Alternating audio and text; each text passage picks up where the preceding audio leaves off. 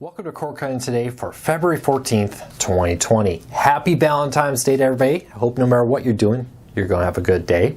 But this is the show where I break down some of the biggest stories happening in the world of cord cutting right now and give you my opinion on them. Now, this is my opinion. If you want to learn more about these stories, check out the show notes down below. I'll put a link to each story there so you can read about them for yourself and let us know what you think. I'd love to hear from you.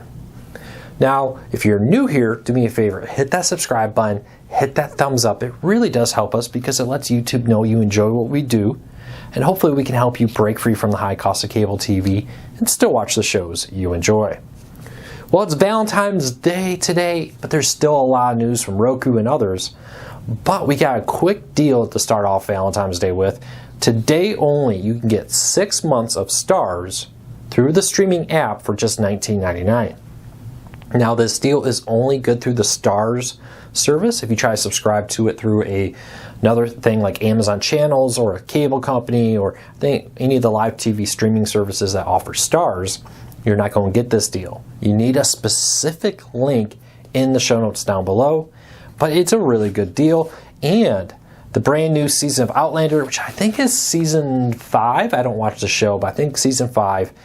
The first episode is now available to stream across all streaming platforms. So I checked at Amazon Channels, other places have it right now as an early preview.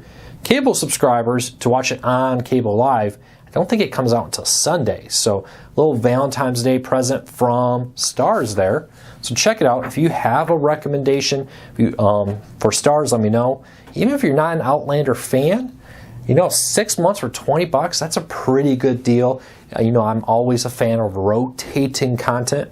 Say, hey, if I have HBO Now, I'm not really watching it. Let's dump HBO Now. Let's get 6 months of STARZ, binge watch a bunch of movies on STARZ, then maybe go back to HBO or Showtime or Disney Plus or wherever.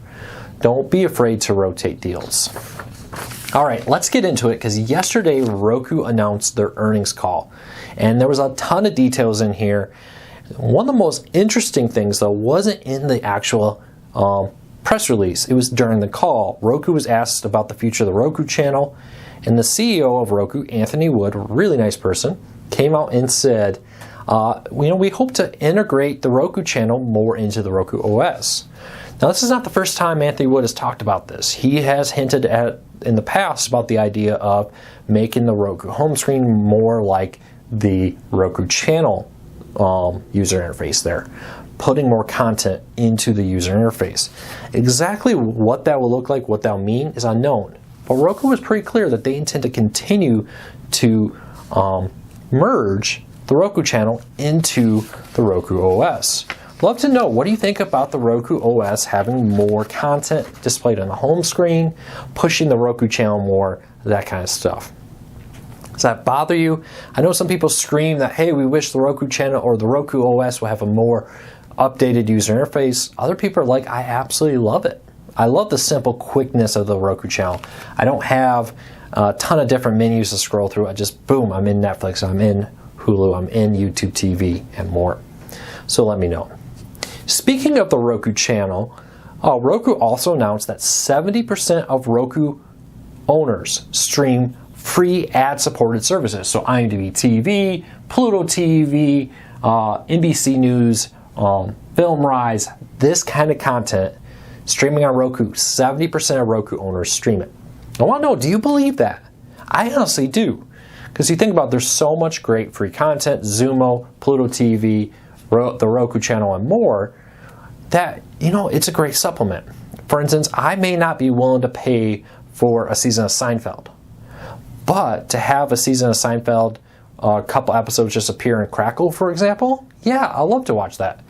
American Gladiators. Used to watch that with my brother all the time as kids. We used to try to pick who would win at the end. Okay, a little nostalgic memory trip if I see it on Pluto TV, flip it on for a few minutes as I'm working in the office or on the home. I don't think I would actually ever buy a season of American Gladiators, for example. And that's just, my personal experience there. So I completely see how 70% of Roku owners at one point or another are using free ad-supported services. Do you think that number is low or high? honestly, I kind of surprised that it's so low. I would expect that 80 or 90%. I wonder how much that is people who just have a Roku for one specific purpose, maybe to fill in a gap. Maybe they primarily use a smart TV, but there's an app on it that they can't get, so they have a Roku also.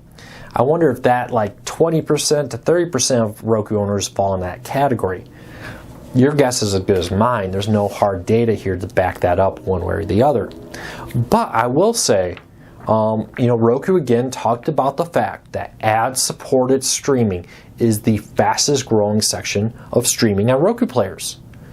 The future of cord cutting seems to be heavily moving into these ad-supported free streaming services as opposed to Disney Plus, Apple TV Plus, and more. Now, that doesn't mean Netflix, Hulu, Amazon are going away. Just maybe their dominance, maybe we're going to see a bigger chunk of streaming move away from those paid services onto free ad-supported services. We'll see. I'll be interested to see the balance. Are people watching 60%, 70% paid and 30% ad-free?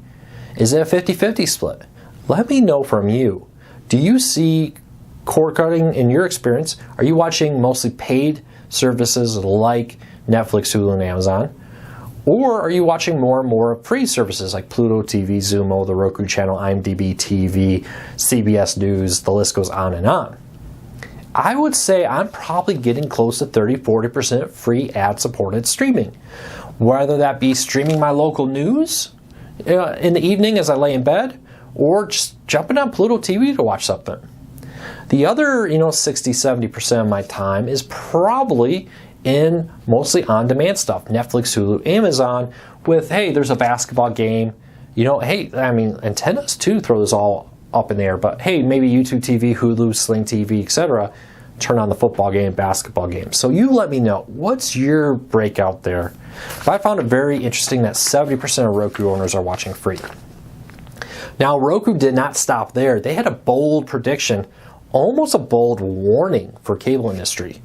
In their earnings press release, Roku said roughly half of all U.S. households, so the American households out there, will be cable-free by 2024. So over the next 4 years, millions of Americans are going to cancel cable TV and become cord cutters. That's absolutely scary to cable industry executives. That means there's a massive shift coming in the next 4 years. The rate of cord cutting will have to accelerate dramatically for that to become true.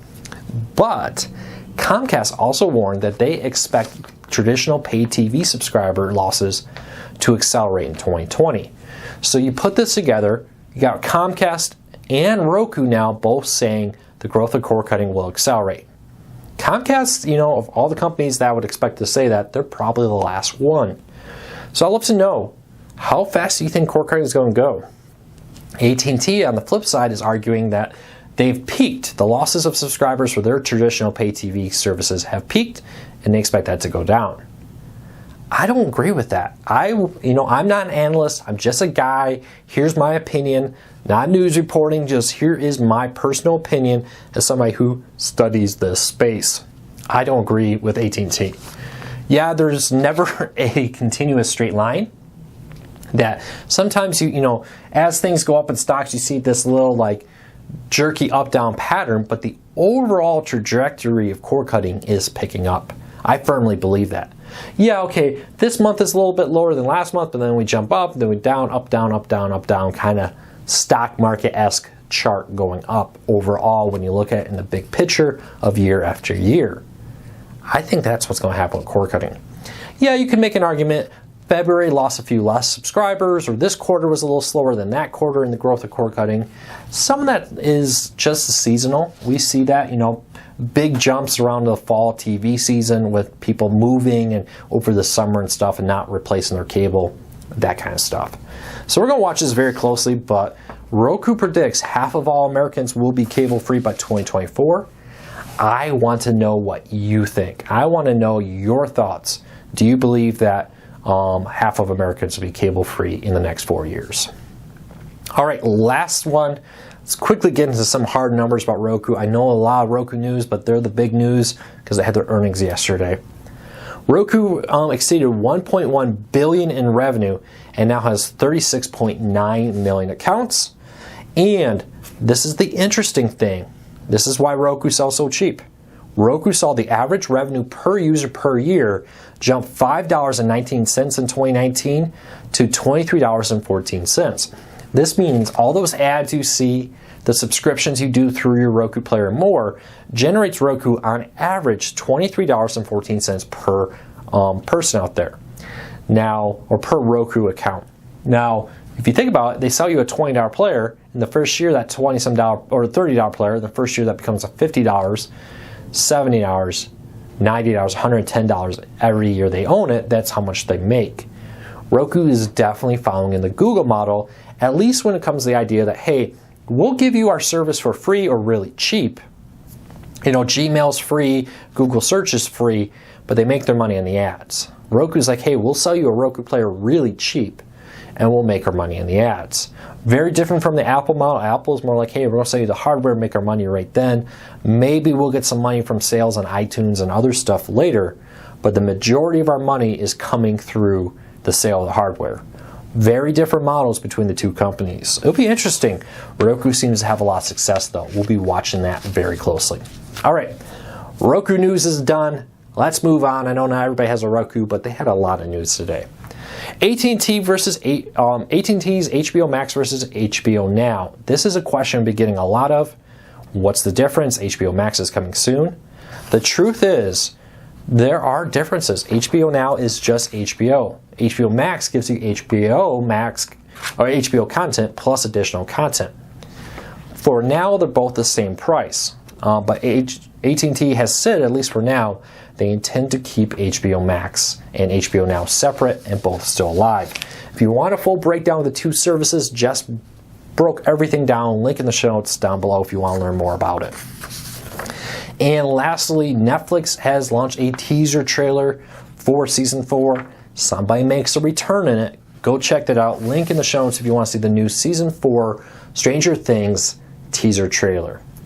All right, and lastly, don't forget, once again, 6 months of STARZ for $19.99. It's a great deal out there. So check that out. Link in the show notes down below. All right, I hope you all have a fantastic day. I will see you tomorrow. I really appreciate your support. Have a fantastic Valentine's Day. Be safe, everybody.